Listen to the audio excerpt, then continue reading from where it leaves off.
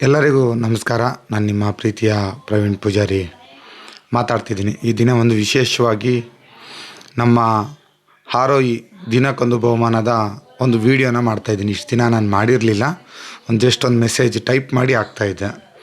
ಇದರ ಉದ್ದೇಶನ ನಿಮ್ಮ ಮುಂದೆ ಇಡಲಿಕ್ಕೆ ಇಚ್ಛೆ ಪಡ್ತೀನಿ.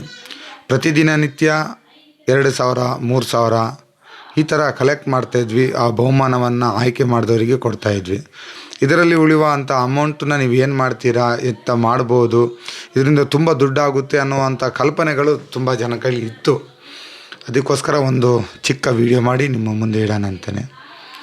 ನಾವೇನೇ ಇದರಲ್ಲಿ ಲಾಭಗಳನ್ನು ಮಾಡ್ಬೋದು. ಅಂದರೆ 20 ಜನದಲ್ಲಿ ಒಬ್ಬರಿಗೆ ಪ್ರೈಸ್ ಸಿಗುವಂಥದ್ದು ಎಲ್ಲರಿಗೂ ಸಿಗೋದಿಲ್ಲ. ಆದರೆ ಒಬ್ಬರು ಖುಷಿ ಪಡ್ತಾರೆ, ಇನ್ನು 19 ಜನ ತುಂಬ ಬೇಜಾರು ಮಾಡ್ಕೊಳ್ತಾರೆ, ನನಗೆ ಬರಲಿಲ್ಲಲ್ಲ, ನನಗೆ ಲಕ್ಕಿಲ್ಲಲ್ಲ ಅಂತ. ಆದರೆ ನೀವು ಕೊಡುವಂಥ ಈ 100 ರೂಪಾಯಿ ದುಡ್ಡಾಗಿರ್ಬೋದು, 200 ರೂಪಾಯಿ ಆಗಿರ್ಬೋದು, ಈ ದಿನ ವಿಶೇಷವಾಗಿ 10ನೇ ಸಂಚಿಕೆಯಾಗಿ ನಾವೊಂದು ವಿಶೇಷವಾಗಿ ಒಂದು ದೊಡ್ಡ ಫೋನನ್ನು ಇಟ್ಟಿದ್ದೇವೆ. ಇದರಲ್ಲಿ ಬರುವಂಥ ಲಾಭದಾಯಕ ಅಮೌಂಟನ್ನು ಯಾರಿಗಾದರೂ ಹುಷಾರಿಲ್ಲದವರಿಗೆ ಅಥವಾ ಅಗತ್ಯ ಬಿದ್ದಾಗ, ಯಾರಿಗೆ ಕಾಯಿಲೆ ಏನಾದರೂ ಆಗಿದ್ದರೆ ಅಥವಾ ತುರ್ತು ಸಂದರ್ಭದಲ್ಲಿ ಬಳಕೆ ಮಾಡ್ಕೊಳ್ಳೋ ಅಂಥದ್ದನ್ನು ನಾವು ಕಲ್ಪನೆಯನ್ನು ಇಟ್ಟಿದ್ದೇವೆ. ಹಾಗಾಗಿ ಇಲ್ಲಿ ತನಕ ನನ್ನ 10 ಡ್ರಾದಲ್ಲಿ ಸುಮಾರು 4,200 ರೂಪಾಯಿ ತನಕ ಕಲೆಕ್ಟ್ ಆಗಿದೆ. ಇನ್ನು ಉಳಿದಂತೆ ಇನ್ನು ಮುಂದಕ್ಕೆ ಹೋಗ್ತಾ ನೋಡೋಣ, ಎಷ್ಟಾಗುತ್ತೆ ಅಷ್ಟು ನಮ್ಮ ಕೈಯಿಂದ ಆಗುವ